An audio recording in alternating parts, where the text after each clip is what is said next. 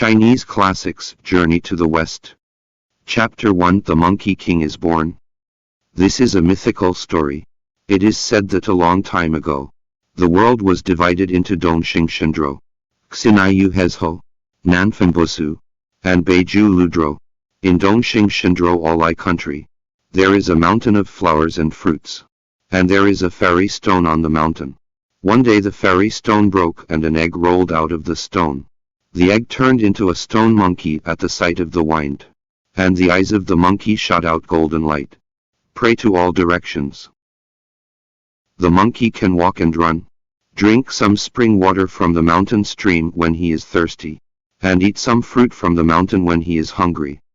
Having fun with the animals in the mountains all day, I had a very happy life. One day, the weather was very hot. To avoid the hot weather, the monkeys ran to the mountain stream to take a bath. When they saw the spring water rushing, they walked along the stream to find its source. The monkeys climbed, and when they reached the end, they saw a waterfall, like falling from the sky. The monkeys were surprised and discussed whoever dared to get into the waterfall and find out the source of the spring without hurting the body. Worship him as the king. After shouting 3 times, the stone monkey jumped out. Hi! The voice shouted, I'll go in. I'll go in. The stone monkey closed his eyes and jumped into the waterfall. It didn't feel like he was in the water. Then he opened his eyes and looked around and found himself standing on an iron bridge. The water under the bridge ran through the stone orifices, hanging upside down, flow out and cover the bridge door so that people on the outside cannot see the inside. The stone monkey walked across the bridge and found that this is a really good place, with stone benches, stone beds, stone basins, stone bowls, everything. It's like someone lived here not long ago. It's a natural house, quiet and tidy, with pots, bowls, ladles, and basins neatly placed on the stove. There is a stone stele in the middle, on which is carved Huagashan Fudi, Shuilian Dongdongshan. The stone monkey was so happy that he turned around and walked out, swishing out of the hole. Seeing that the stone monkey came out, there was no injury at all on his body, and they were surprised and happy, surrounded him round and round, vying to ask him what's inside. The stone monkeys scratched their cheeks, tickled them, and smiled and said to everyone, there is no water in it. It is a good place to stay. We have a place to hide in the strong wind, and we are not afraid of the rain when it rains. The monkeys heard, one by one, jumping and jumping for joy. The monkeys followed the stone monkeys through the waterfall and entered the water curtain cave. They saw so many good things. One by one, you competed for me. The one who took the basin took the basin. The one who took the bowl took the bowl. And the one who occupied the stove occupied the stove. Fighting for beds.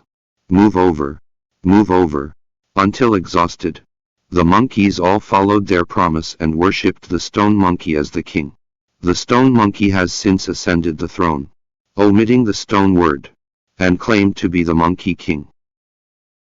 The Monkey King took the monkeys to tour the mountains and water every day. And soon 300 to 500 years passed. One day while having fun, the Monkey King thought that he would inevitably die in the future, and he couldn't help but shed tears of grief. At this time, a tong-backed ape jumped out of the group of monkeys and said, the king wants to live forever, only to learn Buddhism and immortality, learn the art of God. The Monkey King decided to travel all over the world to find gods and learn the ability of immortality. The next day, the monkeys made a raft for him and prepared some wild fruits. So the Monkey King bid farewell to the group of monkeys and ran to the vast ocean alone on the raft. Probably the Monkey King was lucky, and the southeast wind for several days sent him to the northwest coast. He got off the raft and boarded the shore. He saw many people working on the shore. Some catching fish, some hunting geese in the sky, some digging clams, some scouring salt, and he walked quietly over, thinking of it. Those people were so frightened that they threw things away and fled for their lives. On this day, when he came to a high mountain, he suddenly heard a beautiful song from the woods halfway down the mountain, singing some words about becoming immortal. The Monkey King thought this person who sang must be a god, so he followed the song to find it. The one who sang was a young man who was chopping wood in the woods. The Monkey King learned from the young man that this mountain is called Ling Tai Fong Chun Mountain. 7 or 8 miles away from here, there is a 3-star cave with a slanted moon and 3 stars living in the cave. A god called Body Patriarch. The Monkey King bid farewell to the young people who were gathering firewood. After going out of the woods and walking across the hillside, he saw a cave from a distance. The door of the cave was tightly closed. There was a stone monument on the hill opposite to the door of the cave. It is more than a meter high and more than 8 feet wide. And it is written in 10 characters Ling Tai Fong Chun Mountain Xieyue Sangsingdong.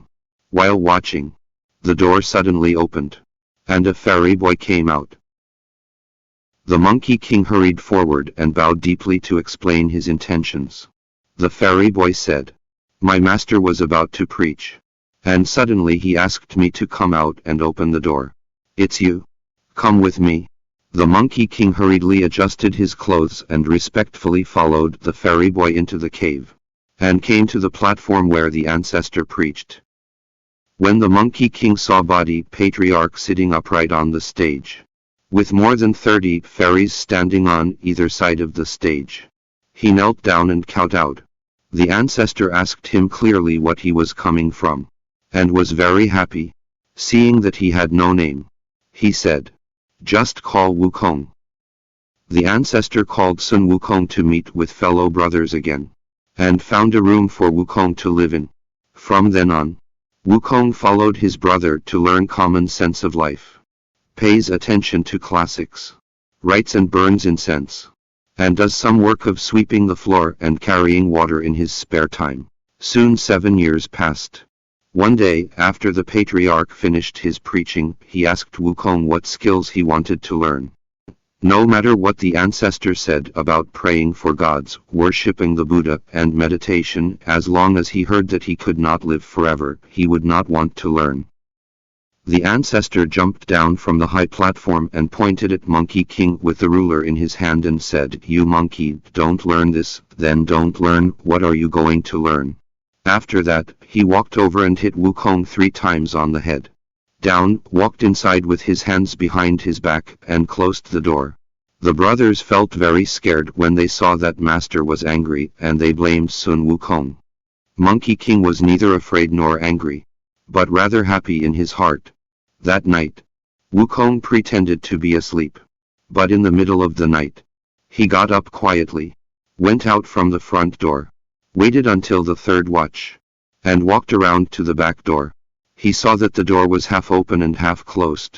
He was very happy and thought, "Ha! I didn't guess what master meant." Sun Wukong walked in and saw Grandmaster sleeping face down. He knelt in front of the bed and said, "Master, I am kneeling here and waiting for you." Grandmaster heard the voice and got up and hugged him. After sitting on his legs, he asked Sun Wukong sternly what he was going to do. Wukong said, "Isn't the master agreeing to me in front of everyone during the day, letting me come in through the back door during the 3rd watch, and teach me the magic of immortality?" Patriarch Body was very happy to hear this. "I thought this monkey is really born from heaven and earth. Otherwise, how can I guess my secret mystery? So, let Monkey King kneel in front of the bed and teach him the magic of immortality."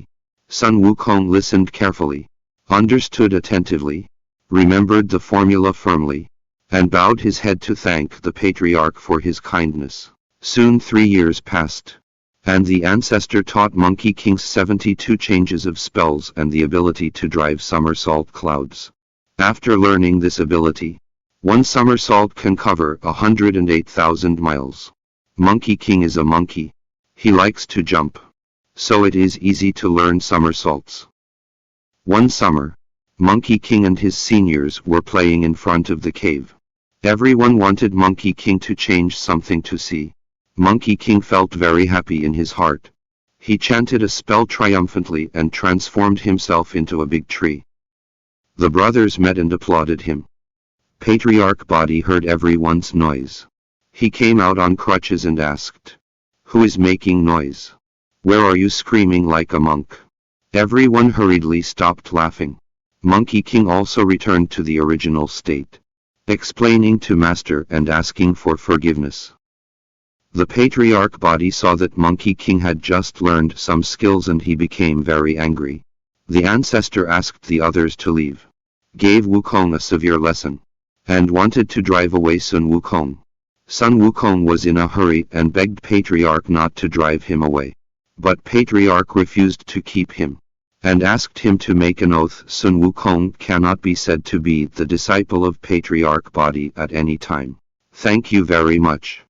Please listen to Chapter 2. See you next time.